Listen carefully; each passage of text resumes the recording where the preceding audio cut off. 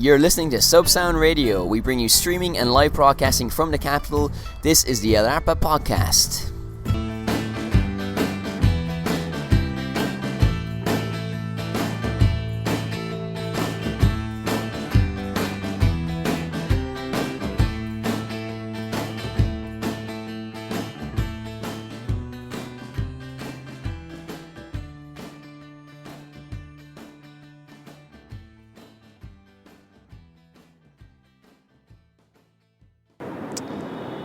Welcome to this latest Arpa podcast. Joining me, of course, is the wonderful, extraordinary, superb, fantastic Maria. How are you? I'm very well now. Okay, you're very well. Any news? Anything up? How's your week been? It's been good. I think the books that we talked about last week are on the way. Can you give us some more detail about said books? There are 10 books, so it's quite a big set, so a quite large set, so I'm really happy about that. And they're all about poetry from like the Civil War until the present day. Involving books from luminaries such as Miguel Hernandez and who else? Well, there's Luis Rosales, Blas de Otero. And the Rosales book comes with a CD. It does, and I'm very curious to see what it has. So maybe it's got some exciting songs. Okay, well, we shall await with fevered anticipation for the delivery of said books. Okay, so moving from one cultural scene to another, we will be talking about a photography exhibition that we've seen today involving a woman who knew how to get a fair price for her products and had no little modesty for said products as well. And this woman is called? Julia Cameron. Exactly, and she was one of the first women to take photographs seriously as an artistic pursuit. And after this break, we're going to come back, talk a little bit about it, the pluses and minuses of the exhibition, and you'll hear all of that in just a moment.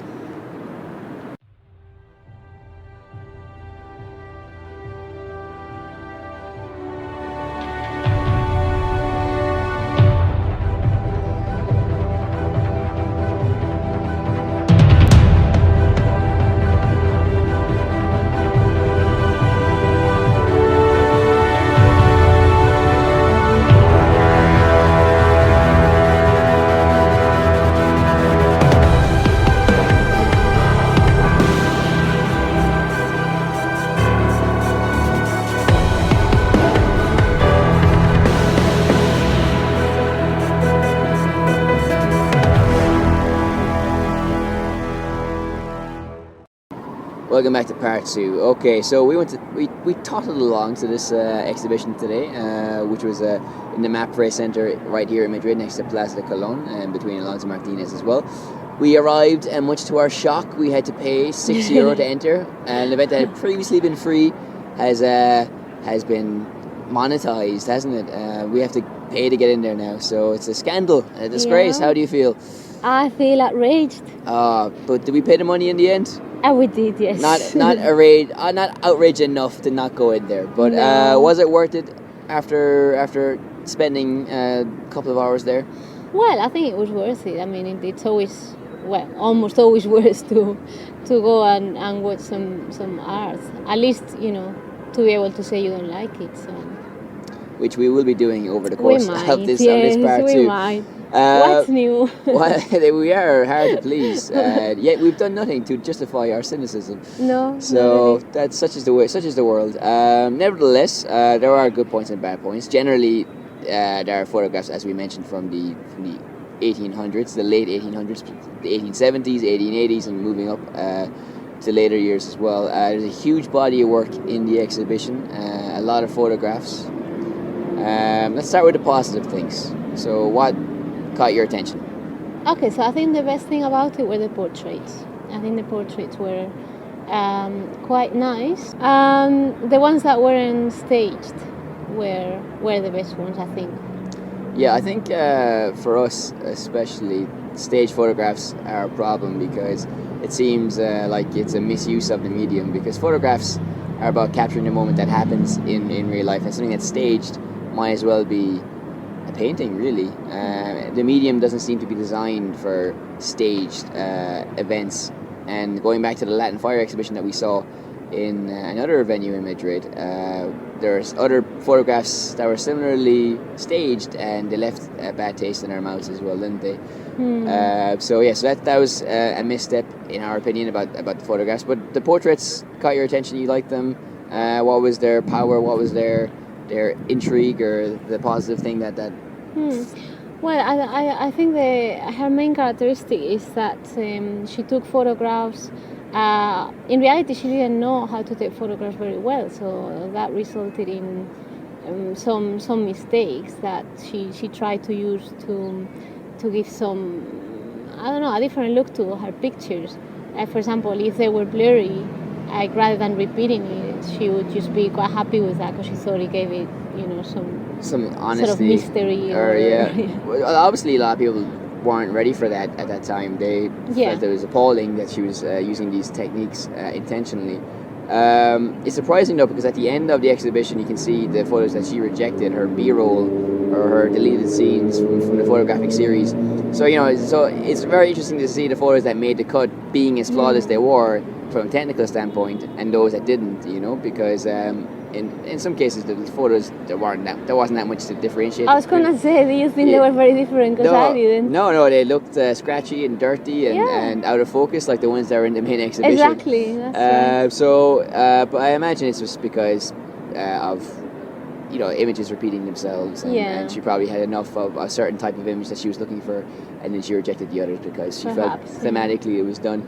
And yes, the portraits were fantastic, because especially some of them were like photographs from the 60s, the 1960s or the 70s, or they looked so recent, and the people in them looked so human, which is might seem like a strange thing to say, but a lot of the photographs from that time were of stiff portraits, because that was the fashion of the time. Nobody smiled and nobody stood in a very animated way.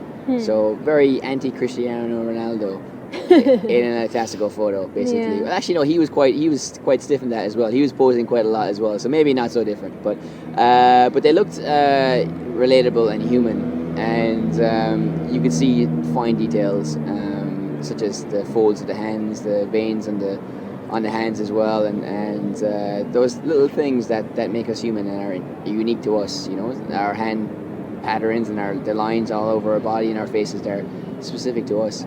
And going back to what you said about the blemishes in the photographs, intentional or not, I think it's like quite a beautiful thing, really, because the people she photographed in this part of her photographic career were ordinary people, or people that she knew, housekeepers or whatever, and children, and they're ordinary people with blemishes and scratches, and just like the photographs as well. So it's a very democratic thing. She doesn't know about photographs, but she's still taking them, and that's fantastic, because everybody should express themselves, and everybody has the right to be part of this artistic movement as a subject. I'm very impressed with how you're turning your thoughts into a very give a very positive spin. Well, no, I mean, the portraits were good. It was just the rest of it that, I'm gunning for that. So the second part is going to get it. We should have enjoyed it while it lasted. Yeah. So it was very short-lived, because it was the smallest collection within the general collection. It was. Yeah. So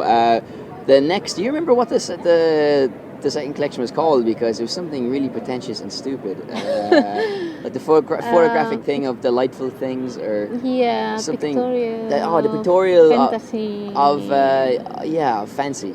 Something like that. The pictorial exhibition of fancy and whimsy. Of fanciness and delight. And something like that. Yeah, something that just turned the stomach to read it. But okay, so let's do this. Gloves are off. Let's annihilate this mother. So you're the meanest of us. So you start. By popular vote. Okay, well, it just had a lot of staged images. A lot of them were serving kind of like a religious purpose, obviously, religious society. Well, she was a strong Christian. Yeah. Basically, they're Madonna and child scenes, which, I mean, if you look at the whole history of religious art, all these symbols are repeated endlessly. I have very conflicted feelings about this portion of the exhibition, because yes, particularly those Madonna and child scenes, I did find very, very dull, because they're not interesting in the whole history of Christian art, for one thing. But second of all, I don't believe photographs should have been used for that, because it's this new cutting edge medium that's transforming things, you know. And what we see in the first part of the exhibition, for us, we're seeing people that we never have the chance to meet because they're in the past, they're gone, that life has disappeared, and we can learn something from it. And what we saw in other parts of the exhibition, because the final part were photographs from people who from other people, and we could see the difference in their subject matter, which was quite distinct from the subject of the exhibition. So of people, of ordinary people, of buildings, of faraway places such as Taj Mahal. And again, if you're the viewer, you can really learn about this new culture that you don't have access to. You're not going to go there with a Ryanair flight, for example. So these things are more interesting and have more value, I think. These photographs, you know, they're Madonna pictures, or they're celebrating this English idyll of a rural paradise that may or may not have existed. And again, that's fine in poetry. It's fine maybe in paintings as well. But photographs are for the now and for the future, you know, not for celebrating something that's probably a fantasy, for one thing. But going back to the hands of the people in the first part of the exhibition that we could recognize and their individual characteristics, you know, you can't see that in those stage photographs, because their robes and garments and the static nature of their poses and their inferences are blocking everything that's remotely human in these photographs, you know. So it's just dull. It's just pointless, you know. I mean, I don't care about these people in these settings, really, because they're not themselves. Yeah, exactly. Yeah. So it was very disappointing from that respect.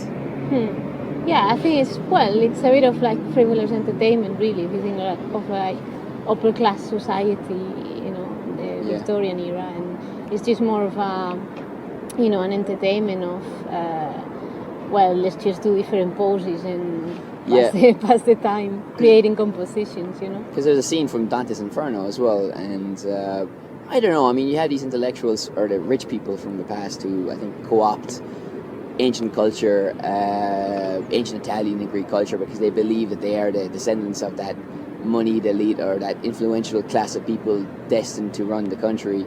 And it's a little bit ugly, that sentiment, I believe, because it's a bit us and them, you know. We are the chosen people, we're the followers from these great people, and the rest are there to serve us.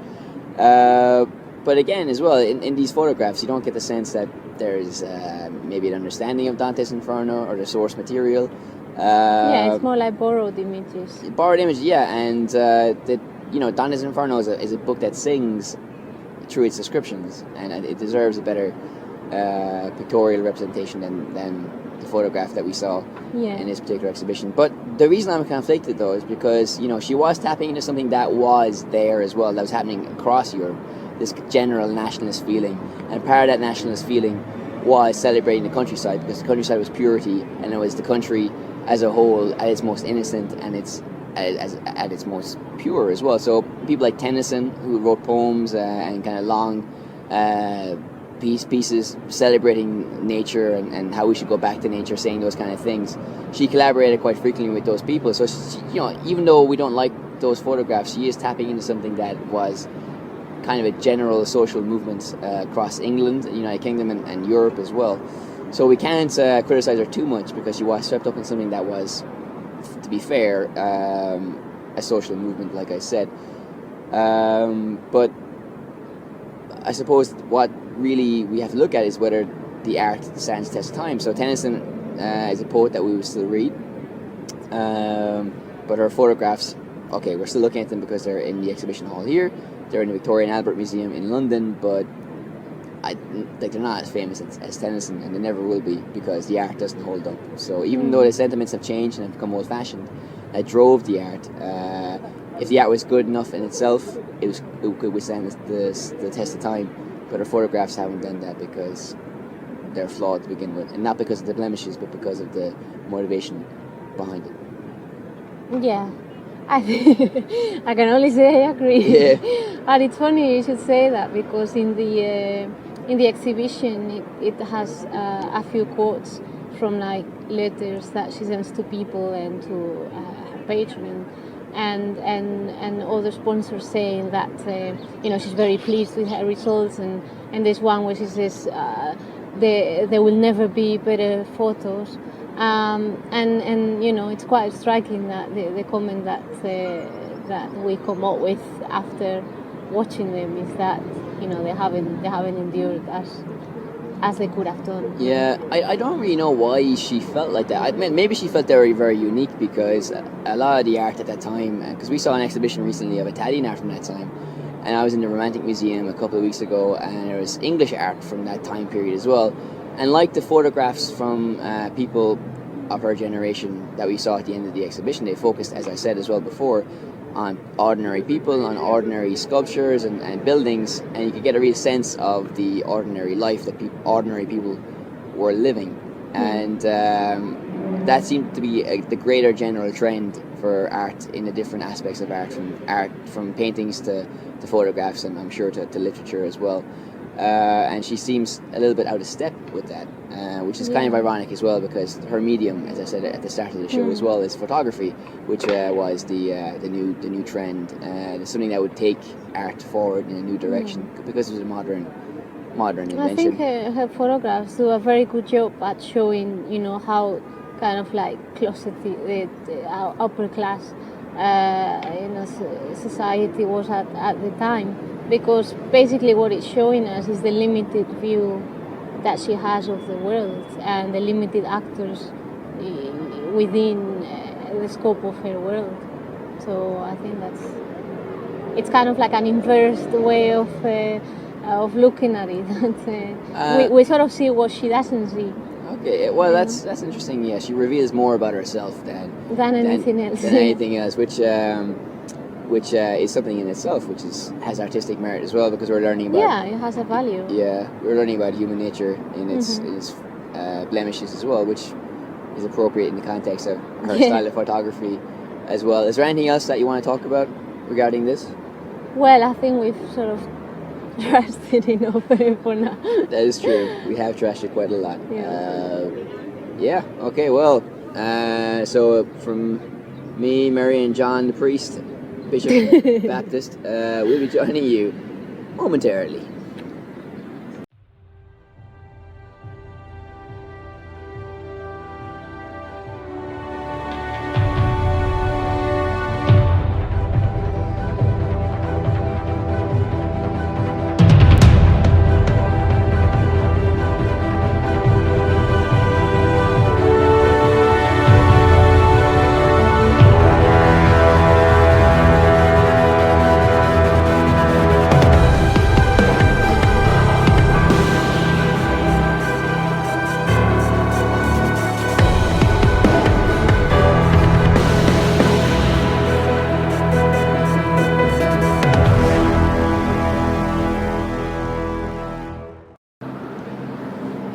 Welcome back to the show.